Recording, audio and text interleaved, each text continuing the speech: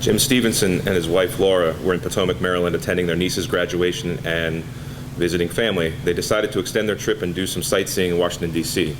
On Sunday, June 27th, 2021, the Stevensons were leaving the Airbnb they rented to visit the White House. Jim and their kids, Emily, Zach, Nicole, and Teddy, were sitting in the car while Laura was locking up the house. When Laura arrived to the car, she found Jim slumped over the steering wheel. Initially, she thought he was pretending to sleep because she was taking so long.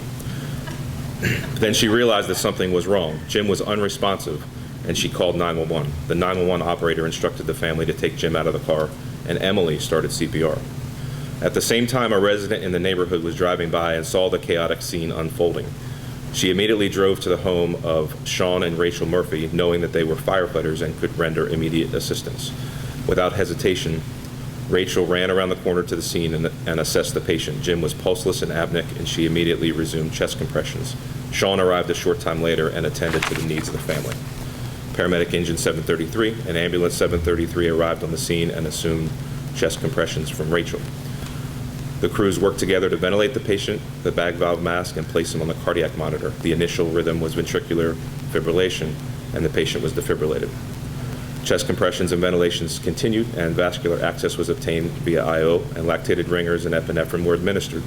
Jim remained in VFib and was defibrillated a total of 5 times. After the 5th shock, Jim converted to a sinus tachycardia with a strong palpable pulse. The crews prepared to transport Jim to Suburban Hospital and updated Laura and the kids about his condition. En route to the hospital, a 12-lead EKG was obtained, and Suburban was notified via EMRC. Upon arrival to Suburban Hospital, care was transferred to the emergency room staff. Jim was intubated, cooled per neuroprotective hypothermia protocol, and transferred to the ICU for treatment and monitoring.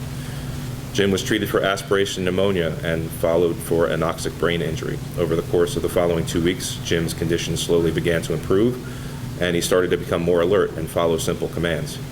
He was transferred to Hopkins for additional treatment, including a stent placement in his right coronary artery. Jim continued to make significant progress in his recovery, and he was finally transferred back to Michigan to a rehab facility for 3 weeks. He was reunited with his kids on August 25th, 2021, and has since been discharged home, where he continues to do well. Jim, Laura, and all their family are forever grateful of the actions of the responders on that hot summer day. The quick actions of Rachel and Sean, as well as the professionalism, knowledge, and skills of MCFRS crews, all played a significant part in the patient's survival and recovery.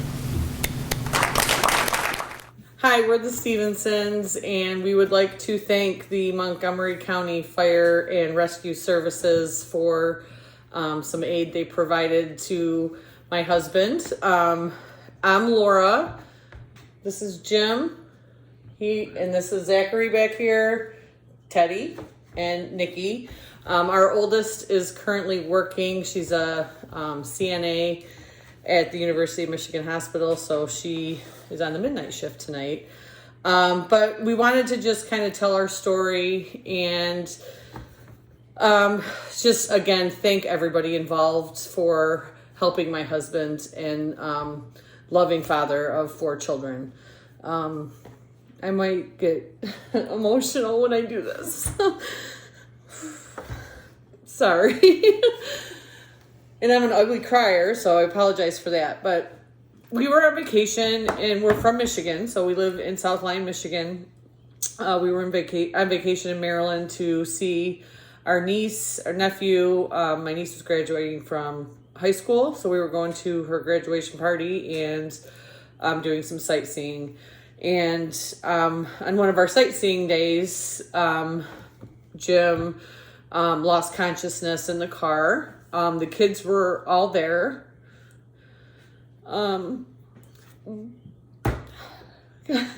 But behind him. So they couldn't see what was happening to their dad. I'm sorry. I panicked. It was the worst day of my life. So we called 911, and my daughter, who is a CNA, she was working at a nursing home at the time. I had my phone on speaker. The 911 operator was telling her how to do the compressions. then a neighbor drove by, went and got Rachel and Sean, who lived around the block. Rachel is an off-duty firewoman. She came and took over the compressions until the Montgomery Fire and Rescue came. They were quick to get there. I might have yelled, and I apologize if I do, thinking that it took too long, but I think it was less than 5 minutes. It was fast. And that pretty much saved Jim's life.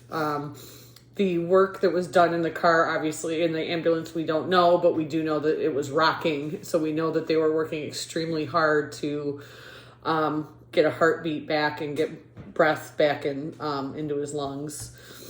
We ended up staying in Maryland Jim stayed in Maryland. Me and Jim were in Maryland for 2 months.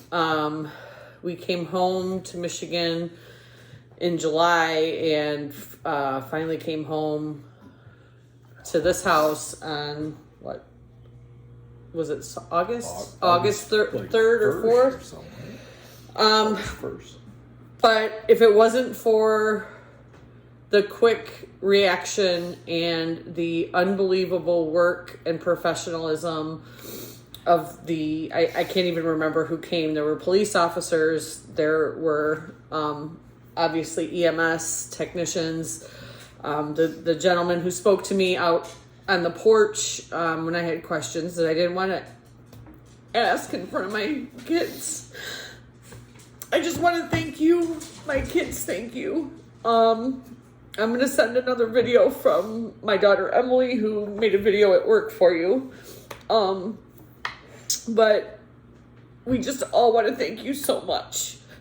Because this could have been a very different scenario. And if you guys weren't there,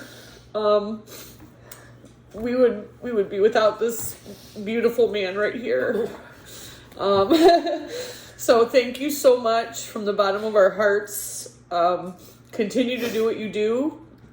And we will forever be grateful and in your debt for everything. Thanks, guys. Thank you. Thank you so much for everything. Don't stop. It goes like, was it 5 times you guys charged me? I appreciate it. These guys do. I think they do at least. Thank you very much. Thank you. Hi, I'm Emily. I'm Jim's oldest stepdaughter. And I wanted to say thank you to the Montgomery County Emergency Services for everything that they did to save my stepdad's life. And I wanted to thank the 911 operator for walking me through the chest compressions and the workers that arrived at the scene that worked so hard to bring him back to life. Thank you so much. Thank